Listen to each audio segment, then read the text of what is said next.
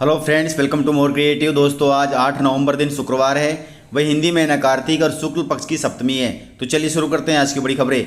यदि आपको खबरें पसंद आए तो वीडियो को लाइक जरूर करिएगा और आप हमें प्रदेश के किस जिले से देख रहे हैं कमेंट बॉक्स में जरूर बताइएगा।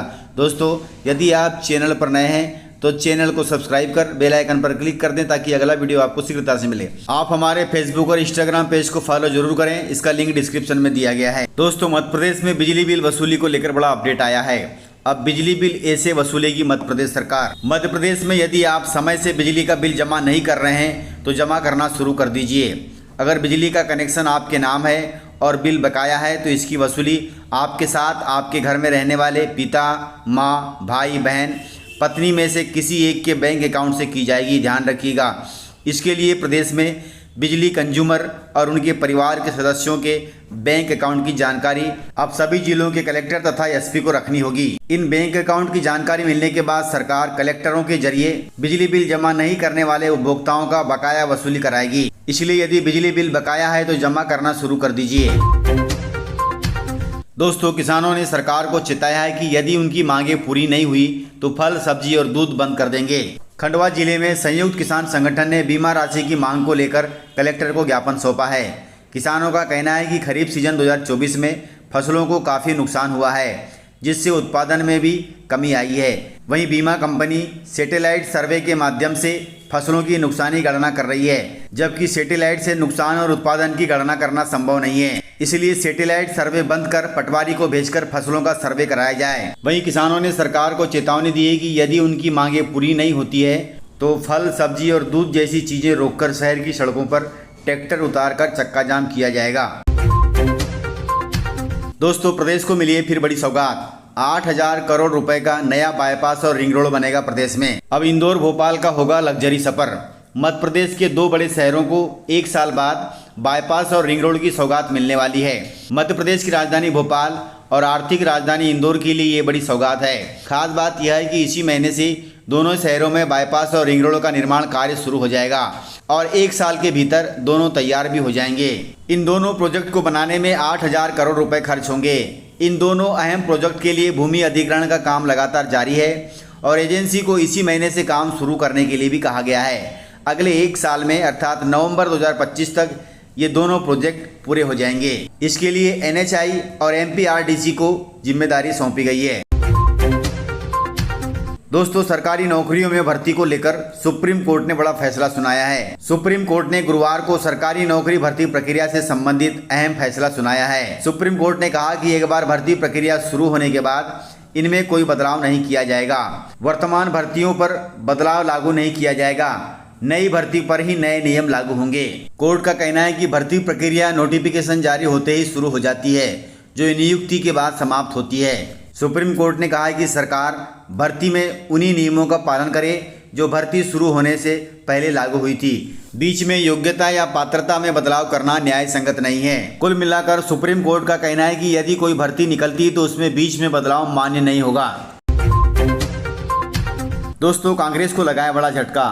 पूर्व मंत्री दीपक जोशी ने की है बीजेपी में घर वापसी। केंद्रीय मंत्री शिवराज सिंह चौहान की मौजूदगी में वे बीजेपी में शामिल हुए हैं। मध्य प्रदेश के पूर्व सीएम कैलाश जोशी के पुत्र दीपक जोशी ने घर वापसी कर ली है, यानी वे फिर से बीजेपी में शामिल हो गए हैं। उन्होंने केंद्रीय मंत्री शिवराज सिंह चौहान की उपस्थिति में बुधनी विधानसभा क्षेत्र के नांदनेर में भाजपा की सदस्यता ग्रहण की है। आपको बता दें कि विधानसभा चुनाव से पहले दीपक जोशी कांग्रेस में शामिल हो गए थे और उन्होंने खातेगांव सीट से चुनाव भी लड़ा था, जिसमें उन्हें हार का सामना करना पड़ा था। वे मध्य प्रदेश सरकार में मंत्री भी रहे थे, लेकिन एक नाराजगी के चलते उन्होंने बीजेपी छोड़ने का फैसला लिया था, जिसे अब उन्होंने पलट दिया है और वे पुनः बीजेपी में आ गए हैं। दोस्तों, बिजली कंपनी ने 48 आउटसोर्स कर्मचारी को किया है ब्लैकलिस्ट, अर्थात कंपनी ने लापरवाही पर लिया है बड़ा एक्शन। शासकीय कार्य में किसी भी तरह की लापरवाही या फिर अनियमितता पर सरकार बहुत सख्त है। मुख्यमंत्री मोहन यादव के स्पष्ट निर्देश हैं कि किसी भी लापरवाह अधिकारी तथा कर्मचारी पर तुरंत कड़ा एक्शन लिया जाए और इसी क्रम में बिजली कंपनी ने 48 आउटसोर्स कर्मचारियों पर कड़ा एक्शन लिया है। विद्युत वितरण कंपनी द्वारा कार्य में लापरवाही और अनियमितता बरतने पर कंपनी कार्य क्षेत्र के भोपाल, ग्वालियर, गुना और शिवपुरी में आउटसोर्स एजेंसी के 48 कर्मचारियों को सेवाओं से पृथक करते हुए ब्लैक लिस्ट किया है। कंपनी द्वारा ब्लैक लिस्ट किए जाने पर वे सभी 48 आउटसोर्स कर्मचारी कार्मिक कंपनी कार्य क्षेत्र के किसी भी बिजली कार्यालय में अब कार्य नहीं कर सकेंगे। इस प्रकार से कर्मचारियों पर बड़ा एक्शन लिया गया है। दोस्तों, मनरेगा में हुआ है बड़ा फर्जीवाड़ा। मध्य प्रदेश कांग्रेस ने मनरेगा में भ्रष्टाचार के आरोप लगाए हैं। नेता प्रतिपक्ष उमंग सिंगार ने कहा कि गरीबों के रोजगार के लिए आवंटित धन को अधिकारी तथा सत्ताधारी दल से जुड़े लोग मिलकर हड़प रहे हैं। इसी के साथ उन्होंने सरकार से मामले की जांच कराने की भी मांग की है। उमंग सिंगार ने विशेष रूप से शिवपुरी जिले के मामलों का हवाला देते हुए कहा कि कुछ महिलाएं जिस दिन से प्रसव काल में थी उस दिन भी कागजों में उनकी मजदूरी को दर्शाया गया और उनके नाम से धनराशि निकाली गई, जो कि बहुत गलत बात है। उन्होंने इस फर्जीवाड़े की व्यापक जांच कराने की मांग की है। अब सरकार इस जांच को कैसे कराती है वह देखना होगा। दोस्तों, ऑस्ट्रेलिया में 16 साल से कम उम्र के बच्चों के लिए सोशल मीडिया पर बैन लग गया है। यह बैन भारत में भी लगना चाहिए। ऑस्ट्रेलिया में 16 साल से कम उम्र के बच्चों तथा किशोरों के लिए सोशल मीडिया पर प्रतिबंध लगा दिया गया है। ऑस्ट्रेलिया के प्रधानमंत्री एंथनी अल्बनीज ने गुरुवार को घोषणा की कि यह कदम बच्चों के मानसिक स्वास्थ्य और सुरक्षा को बेहतर बनाने के उद्देश्य से उठाया गया है।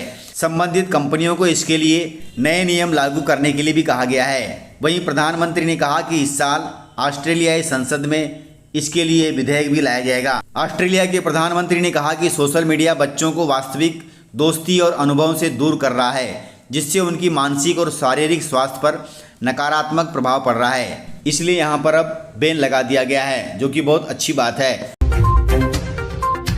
लाडली बहनों के खाते में जल्द आएगी अगली किस्त, क्योंकि नजदीक आ रही है 10 तारीख। मुख्यमंत्री लाडली बहना योजना की किस्त जल्द ही पात्र महिलाओं के खाते में आएगी। सरकार हर महीने की 10 तारीख को और कभी इससे पहले भी लाडली बहनों के खाते में 1250 रुपए की किस्त जारी करती है।